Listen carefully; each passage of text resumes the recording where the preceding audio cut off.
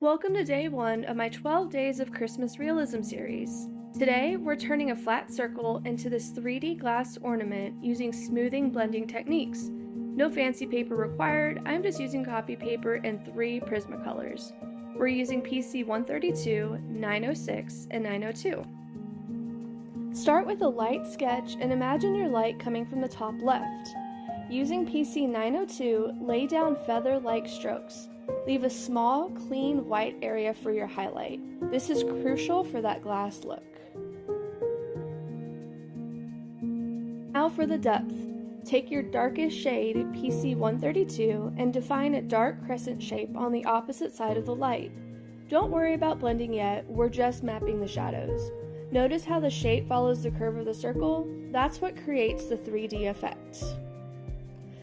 Now it's time to blend. Switch to PC 906. Using medium pressure, work over the edges of your shadows in small circular motions. This is called burnishing. You're crushing the paper's grain to mix the pigments. If you see streaks, keep layering until the color looks like a solid gradient. Finally, use your mid-tone to lightly pull color into the highlight area, softening that glow. And that's a realistic Christmas bauble. The secret is all in the pressure control. Follow for day 2, where we'll level up the texture. Check the description for the full materials list.